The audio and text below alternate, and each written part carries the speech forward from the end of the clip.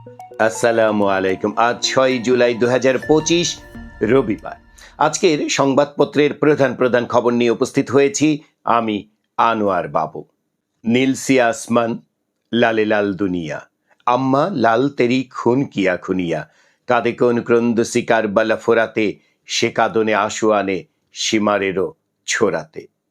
আজ পবিত্র আশুরা। এই দিনটিকে বিশ্বের মুসলমানদের মতো বাংলাদেশের মুসলমানরাও নামাজ রোজা সহ বিভিন্ন নফল ইবাদত করে থাকেন। শিয়া সম্প্রদায় তাজিয়া মিছিল বের করে থাকেন। এবার যুগান্তরের প্রধান শিরোনামে দেখা যাচ্ছে প্রস্তুত অপকর্মকারীদের তালিকা, বিএনপিতে শুদ্ধি অভিযান।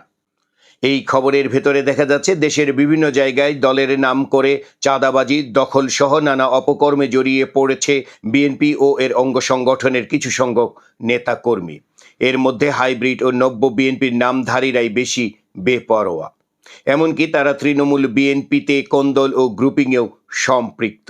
ফলে কয়েকটি জেলায় রক্তক্ষয়ী সংঘর্ষ পর্যন্ত হয়েছে।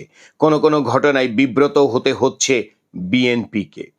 এই অবস্থায় দলের নাম করে অপকর্মে জড়িতদের বিরুদ্ধে আরও কঠোর হচ্ছে দলটির হাই কমান্ড। তালিকা করা হচ্ছে অপকর্মকারীদের, তালিকা ধরে চলবে শুদ্ধি অভিযান। সংশ্লিষ্ট সূত্রে এসব তথ্য জানা গেছে। আওয়ামী লীগের দমন পীড়ন ছিল এজিদ বাহিনীর সমতুল্য, এমনটাই গতকাল বলেছেন তারেক রহমান। ব্রাহ্মণবাড়িয়ার নাসিরনগরে গতকাল শনিবার দুপক্ষের সংঘর্ষে টেটাবিদ্ধ হয়ে সোরাফ হোসাইন আবির নামে এক ছাত্রদল নেতা নিহত হয়েছেন। এই ঘটনায় আহত হয়েছেন কমপক্ষে 30 জন। এ সময় 5টি দোকানে ভাঙচুর ও লুটপাট চালানো হয়। গতকাল দুপুরে উপজেলার চাতলপাড় ইউনিয়নের চাতলপাড় বাজারে এ ঘটনা ঘটে।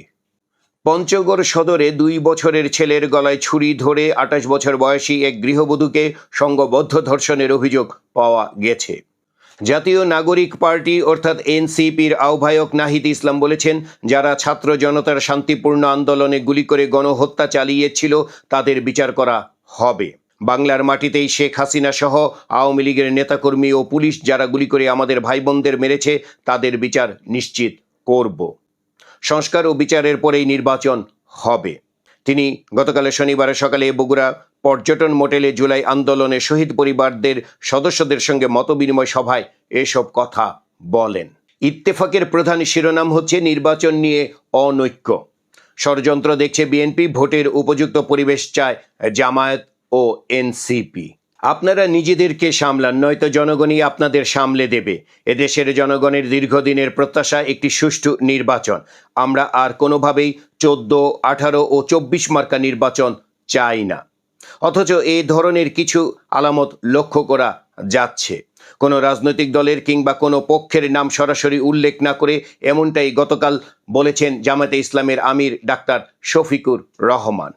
আন্তর্জাতিক অপরাধ ট্রাইব্যুনালে দণ্ডিতরা নির্বাচন করতে পারবে না, এমনটাই গতকাল জানিয়েছেন অ্যাটর্নি জেনারেল মোহাম্মদ আসাদুজ্জামান। যাদের জামানত বাজেয়াপ্ত হবে তারাই সংখ্যানুপাতিক নির্বাচন চায়। গতকাল কেরানীগঞ্জের বিএনপি আয়োজিত সমাবেশে এমনটাই বলেছেন বিএনপির স্থায়ী কমিটির সদস্য সালাউদ্দিন আহমেদ। এই সমাবেশে বিএনপির আরেক স্থায়ী কমিটির সদস্য গয়েশ্বরচন্দ্র রায় বলেন, সংসদ নির্বাচন আটকানোর শক্তি কারো নেই। যারা বলেন 16 বছরে বিএনপি কিছু করতে পারেনি তাদের বলবো, এখন 16 দিনে তা দেখিয়ে দিতে পারি, আমরা দেখাবো না। গতকাল কেরানীগঞ্জের জনসভায় সালাউদ্দিন আহমেদের বক্তব্যের জন্য ক্ষমা চাইতে হবে, এমনটাই বলছে ইসলামী আন্দোলন। যুক্তরাষ্ট্রে আমেরিকা পার্টি নামে নতুন রাজনৈতিক দল গঠন করলেন ইলন মাস্ক। যুক্তরাষ্ট্রের টেক্সাসে বন্যায় মৃতের সংখ্যা বেড়ে দাঁড়িয়েছে 32 জন, আর নিখোঁজদের খুঁজছে উদ্ধারকারীরা। 32 বছর পর বঞ্চনার অবসান হচ্ছে 3,500 শিক্ষকের। বেসরকারি 495 কলেজের অনার্স মাস্টার্স স্তরের শিক্ষকদের এমপিওভুক্ত করার সিদ্ধান্ত নিয়েছে সরকার। চলে গেলেন সাবেক প্রধান নির্বাচন কমিশনার এটিএম শামসুল হুদা। গতকাল শনিবার সকালে নিজের বাসায় তিনি ইন্তেকাল করেছেন। ইন্না লিল্লাহে ওয়া ইন্না ইলাহে রাজিউন। মৃত্যুকালে তার বয়স হয়েছিল 83 বছর। উল্টো রথ টানার মধ্য দিয়ে গতকালে শেষ হল সনাতন ধর্মের রথযাত্রা উৎসব। প্রতিদিনের বাংলাদেশের প্রধানের শিরোনাম হচ্ছে অপেক্ষায় জুলাই সনদ ঘোষণার। ইসির নির্বাচন প্রস্তুতি এখনো প্রাথমিকে। হজ যাত্রী নিয়ে আসা একটি বিমান যান্ত্রিক ত্রুটির কারণে বিকল হয়ে পড়ায় 2 ঘন্টা বন্ধ ছিল চট্টগ্রাম শাহ আমানত বিমানবন্দরের রানওয়ে। এ কারণে একটি আন্তর্জাতিক ও 3টি অভ্যন্তরীণ ফ্লাইট বিলম্ব হয়েছে। তারবিহীন বিদ্যুতের যুগে প্রবেশ করল বিশ্ব। এরকম একটি খবরে দেখা যাচ্ছে বিদ্যুৎ পরিবহনের একমাত্র মাধ্যম তার ছাড়াই প্রায় 9 কিলোমিটার দূরত্বে বিদ্যুৎ পাঠাতে সক্ষম হয়েছে যুক্তরাষ্ট্রের প্রতিরক্ষা গবেষণা সংস্থা ডারপা।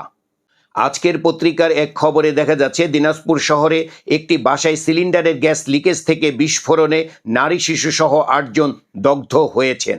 সমকালের এক খবরে দেখা যাচ্ছে শেরপুরের নালিতাবাড়িতে বিদ্যুতের তার জড়িয়ে মারা গেল আরও একটি বন্য হাতি।